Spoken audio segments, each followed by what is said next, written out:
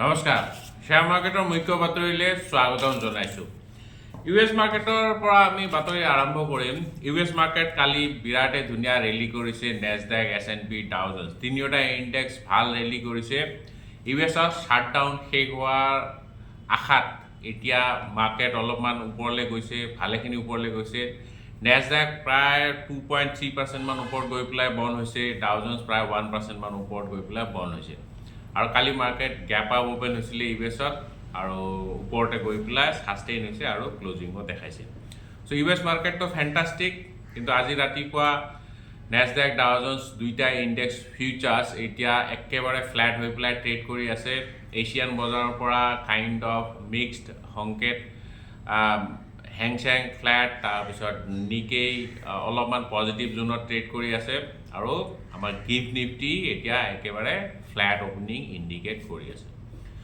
So মোৰ লাগিছে আজিতো মাৰ্কেট ফ্লেটে ওপেন হ'ব কালি যেনেকৈ ফ্লেট ওপেন হৈ পেলাই ওপৰলৈ গৈছে কিন্তু পজিটিভ বায়াছটো আছে অলপমান কাৰণ ইউএছ মাৰ্কেট পজিটিভ আৰু কালি ডোনাল্ড ট্ৰাম্প চাহাবে কৈছে যে ইণ্ডিয়াই এতিয়া ৰাছিয়ান অইল ইম্পৰ্ট কৰা অলপমান কমাই দিছে সেইকাৰণে আমি ট্ৰেড ডিল কৰিম ইণ্ডিয়াৰ লগত অলপ বেলেগ ধৰণৰ ট্ৰেড ডিল এটা হ'ব বুলি তেওঁ কৈছে গতিকে এইটো মাৰ্কেটৰ কাৰণেতো পজিটিভ কিন্তু এইটো তেওঁৰ কথা আৰু ইণ্ডিয়াটো কেতিয়াও স্বীকাৰ কৰা নাই যে আমি ৰাছিয়াৰ পৰা ক্ৰুড অইল কমাই আছোঁ মানে ইম্পৰ্টটো কমাই আছোঁ গতিকে এইটো তেওঁৰ কথা আৰু কিন্তু যিয়ে নহওক এইটো যদি ট্ৰেড ডিল হয় ইণ্ডিয়া আৰু ইউএছৰ মাজত তেতিয়াহ'লে এইটো মাৰ্কেটৰ কাৰণেতো পজিটিভ নিউজ হ'ব আৰু তেওঁ কৈছে যে ইণ্ডিয়া টেৰিফ কমিব বুলি সেইটো মাৰ্কেটৰ কাৰণে অবভিয়াছলি পজিটিভে হ'ব আৰু আমি সবে সেইটোৱে আশা কৰি আছোঁ ট্ৰেড ডিল এটা হওক টেৰিফটো কমাই দিয়ক আৰু আমাৰ মাৰ্কেট ওপৰলৈ যাওক ঠিক আছে তো এইটো এনেকুৱা আৰু মাৰ্কেট মানে চেণ্টিমেণ্ট চলি আছে এছিয়ান বজাৰ ইউএছ বজাৰ কাইণ্ড অফ পজিটিভে আৰু আজিতো নিফটিৰ এক্সপাইৰী আছে গতিকে এক্সপাইৰীৰ কাৰণে অলপমান ভলেটাইল হ'ব পাৰে সেইটো এক্সপাইৰী ৰিলেটেড কিছুমান মুভমেণ্ট হয় মানে স্কুৱেৰ অফ হয় পজিশ্যন স্কুৱেৰ অফটো কৰিব লগা হয় কিছুমান পজিশ্যন মানে they are bound to close their position on expiry day profit হওক লছ হওক তো সেইটো কাৰণে মাৰ্কেট অলপমান ভলেটাইল হৈ থাকে আৰু তাৰ চান্স আছে কিন্তু আজি চ' সেইটো আপুনি লক্ষ্য কৰিব লাগিব আচ্ছা কালি যোনটো দিল্লীত ব্লাষ্ট হ'ল সেইটো অতি দুখজনক কথা এনেকুৱা হ'ব নালাগিছিল এতিয়া কাৰ হাত আছে কাৰ ভৰি আছে সেইটোতো ক'ব নোৱাৰি কিন্তু সেইটো হ'ব নালাগিছিল 10জনমান মানুহ তাত ঢুকাইছে চ' সেইটো বহুত মানে কি ক'ম এটা বেড নিউজে হয় লেটছ চি কি হয় এইবাৰ বা কেনেকুৱা ধৰণৰ অপাৰেশ্যন হয় এইটো ক'ব নোৱাৰি আৰু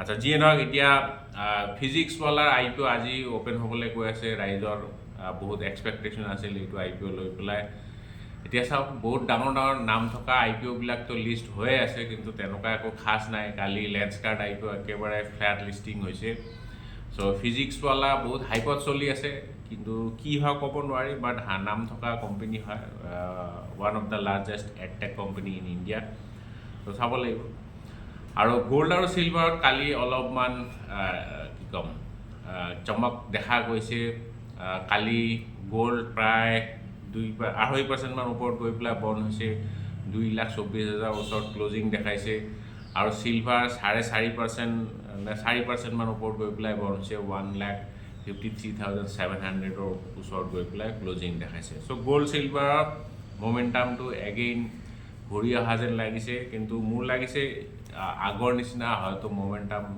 নাথাকিব পাৰে অলপ ইফাল সিফাল কৰি পেলাই হয়তো ট্ৰেড কৰিব আচ্ছা যিয়ে নহওক এতিয়া অলপ ষ্টক স্পেচিফিক নিউজ চাম তাৰ আগতে ডেটা অলপমান চাব লাগিব কালি FII এগেইন মানে কি ক'ম বিক্ৰী মুডত আহি গৈছে 4,115 ক্ৰ'ছৰ ষ্টক বিক্ৰী কৰিছে আৰু DI তো অবভিয়াছলি ছাপৰ্ট কৰি আছে কালিও ছাপৰ্ট কৰিছে বাই কৰিছে 5,805 ক্ৰ'ছৰ ষ্টক তেওঁলোকে বাই কৰিছে আচ্ছা দুটামান কুৱেৰি লৈ লওঁ বহুত দিনৰ পৰা কুৱেৰি লোৱা নাই আমাৰ ইউটিউবত মাজে মাজে কুৱেৰিবিলাক আহি থাকে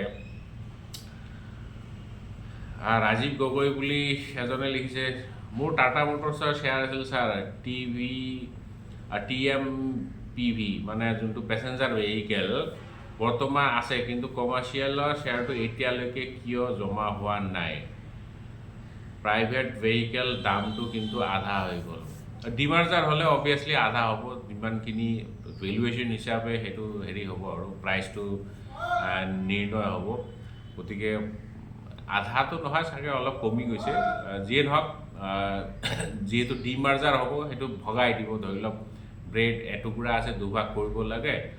চ' যাৰ ভাগত যিমান, যাৰ বয়স বেছি হৈছে বা যাৰ ভেলু বেছি আছে সি অলপমান বেছি ভাগ পাব, আৰু যাৰ বয়স কম, ডাঙৰ ককায়েকৰ মানে বেছিভাগ দিয়া হ'ব, আৰু মানে সৰু ভায়েকক অলপমান কমকৈ দিয়া হ'ব, এনেকুৱা টাইপ আৰু। কিন্তু এইটো চিন্তা কৰিব নালাগে, আপোনাৰ একাউণ্টত আহি যাব। আই থিংক 12 তাৰিখ, মানে আজিতো 11, কাইলৈ লিষ্ট হৈ যাব কমাৰ্চিয়েল ভেহিকেলটো। চিন্তা কৰিব নালাগে, সেইটো আহি যাব। কিন্তু ডিমাৰ্জাৰ হোৱাটো ভাল, ডাঙৰ কোম্পানীৰ কাৰণে ডিমাৰ্জাৰ হ'লে লং টাৰ্মত সেইটো ভাল বুলি জানা যায়। শ্বৰ্ট টাৰ্মত আপুনি একো দেখা নাপায়, লং টাৰ্মত ভাল বুলি জানা যায়। এইটো কাৰণে, কাৰণ তেওঁলোকে এতিয়া নিজৰ কামত ফ'কাছ কৰিব পাৰে। টাটা মানে কমাৰ্চিয়েল ভেহিকেলে কমাৰ্চিয়েল ছেগমেণ্টত ফ'কাছ কৰিব, পেছেঞ্জাৰ ভেহিকেলে পেছেঞ্জাৰ ছেগমেণ্টত ফ'কাছ কৰিব। চ' অলপমান ডিচেণ্ট্ৰেলাইজ হয়, অলপমান ফ'কাছড হয়, সেইটো কাৰণে লং টাৰ্মত ভাল বুলি জনা যায়। কিন্তু শ্বৰ্ট টাৰ্মত ইয়াৰ বেনিফিট একো দেখা নাপায়। আৰু ৰূপজ্যোতি শইকীয়াই লিখিছে, গুড মৰ্ণিং দাদা, PFC শ্বেয়াৰ কাৰেণ্ট মাৰ্কেট প্ৰাইজত বাই কৰিব পাৰোঁনে? Okay, PFC power finance corporation. Let's see, power finance corporation, PFC। Okay, 1,25,000 ক্ৰ'ৰ্ছৰ মাৰ্কেট কেপ, ডাঙৰ কোম্পানী হয়। P5, এইটো ফাইনেন্স কোম্পানী। চ' ইয়াৰ PEটো চাই ইমান লাভ নাই। ROCE 21, 20। অ'কে, ROEটো বহুত বেছি, ROEৰ তুলনাত মানে ডেট আছে কোম্পানীটোৰ। ডেটটো থাকিব, এইবোৰ ফাইনেন্স কোম্পানীৰ ডেট থাকে। ৰিটাৰ্ণ অন এছেট অ'কে, ঠিক ঠাক। বুক ভেলু 385, আৰু কাৰেণ্ট মাৰ্কেট প্ৰাইচ হ'ল 375। অ'কে, হাই আছিল 524, আৰু এতিয়া ট্ৰেড কৰি আছে 577, আৰু ল' বনাইছে 357। অ'কে, চ' এতিয়া প্ৰায় ক'বলৈ গ'লে 30% মান ডিছকাউণ্টত ট্ৰেড কৰি আছে। অ'কে, সেইটো ফালৰ পৰা চালেতো অলপ সস্তা হৈ আছে, আৰু বুক ভেলু মানত ট্ৰেড কৰি আছে। এবাৰ চেলছ গ্ৰ'থটো ঠিক ঠাক। অ'কে, এইটো লেভেলত বেয়া নহয় মোৰ মতে। এইটো লেভেলতো বাই কৰিব পৰা যায়। অ'কে, ঠিক ঠাক লেভেল, আৰু মানে ডিছকাউণ্টত 30% মান তলত ট্ৰেড কৰি আছেতো এতিয়া, আৰু বুক ভেলুৰ সমানতে চলি আছে, মানে প্ৰাইচটো বুক ভেলু প্ৰায় 1। গতিকে অ'কে, ঠিক ঠাক, আৰু মই ৰেকমেণ্ড কৰা বুলি নাভাবিব, বাট মোটামুটি ঠিক ঠাক লেভেল, আৰু এইটো লেভেলত বাই কৰিব পৰা যায়। কিন্তু এনেকুৱা নাভাবিব যে কিবা সাংঘাতিক প্ৰফিট কৰিব, কাৰণ বহুত ডাঙৰ কোম্পানী হয়। যিয়ে নহওক, এতিয়া অলপমান ষ্টক স্পেচিফিক নিউজ চাওঁ। কালিতো বহুত কোম্পানীৰ আৰ্নিংছ ওলাইছে, তাৰ আগতে দুটামান বেলেগ নিউজো চাব লাগিব আমি। গ্লেনমাৰ্ক ফাৰ্মা, হলি অ'ন ছাবচিডিয়াৰী গ্লেনমাৰ্ক স্পেচিয়েলিটি, এইটো মানে চাইনাত কাম কৰি আছে। তেওঁলোকে NMPA মানে নেশ্যনেল মেডিকেল প্ৰডাক্টছ এডমিনিষ্ট্ৰেশ্যনৰ পৰা, এইটো চাইনাৰ এটা মানে কি ক'ম এজেঞ্চি হয়, যোনে এপ্ৰুভেল দিয়ে। যেনেকৈ US-ত আছে US FDA, ঠিক তেনেকৈ চাইনাৰ NMPA, তেওঁলোকৰ পৰা এপ্ৰুভেল পাইছে। ৰিয়েলট্ৰিজ বুলি এটা নেজেল স্প্ৰে আছে, সেইটোৰ কাৰণে এপ্ৰুভেল পাইছে। এইটো মেইনলি এলাৰ্জিক ৰিনিটিছ ট্ৰিটমেণ্টত ইউজ হোৱা হয়। এইটো এটা নেজেল স্প্ৰে, গতিকে কোম্পানীটোৰ কাৰণে এটা ভাল খবৰ হয়। নতুন প্ৰডাক্ট এটা তেওঁলোকৰ বেছি হ'ল, প্ৰডাক্ট পৰ্টফলিঅ' এটা বাঢ়ি গ'ল। গতিকে আজি গ্লেনমাৰ্ক ফাৰ্মা ফ'কাছত থাকিব। ব্ৰিটানিয়া ইণ্ডাষ্ট্ৰিজ, বৰুণ বেৰী, তেখেত MD আৰু CEO পদৰ পৰা পদত্যাগ কৰিছে। প্ৰায় এটা দশক, প্ৰায় নহয়, মোৰ দেন 1 ডিকেড। 2013 তেখেতে জইন কৰিছিলে, আৰু তেখেতে বহুত ট্ৰান্সফৰ্মেশ্যন আনিছিলে ব্ৰিটানিয়া ইণ্ডাষ্ট্ৰিজত।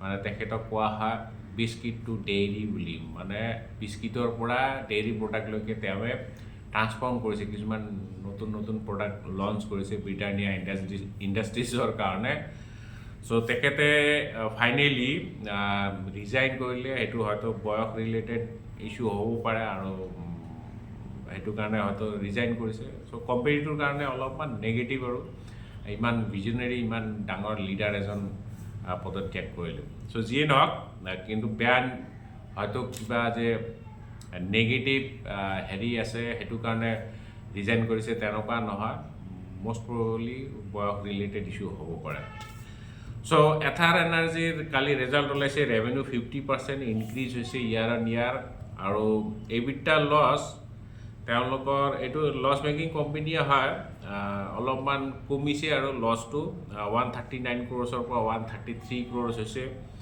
আৰু নেট লছটো 197 ক্ৰ'ৰ্ছৰ পৰা 154 ক্ৰ'ৰ্ছ গতিকে কোম্পানীটোৰ কাৰণে অলপ পজিটিভ হয় যদিও লছ খোৱা কোম্পানী কিন্তু লছটো অলপমান কমি গৈছে ভোডাফোন আইডিয়া ৰেভিনিউ 1.6% বৃদ্ধি পাইছে quarter on quarter EBITDA 1.6% net loss আপোনাৰ যোৱা বছৰ আছিল 6,608 ক্ৰ'ৰ্ছৰ পৰা এইবাৰ 5,524 ক্ৰ'ৰ্ছ মানে ক'বলৈ গ'লে যোৱা প্ৰায় 30 মাহৰ মূৰত লছটো চবতছে মিনিমাম আৰু কোম্পানীটো অলপ মানে অলপ নহয় লছ মেকিং কোম্পানীয়ে হয় কিন্তু তাৰে ভিতৰত এইটো অলপ পজিটিভ বুলি ক'ব পাৰে কাৰণ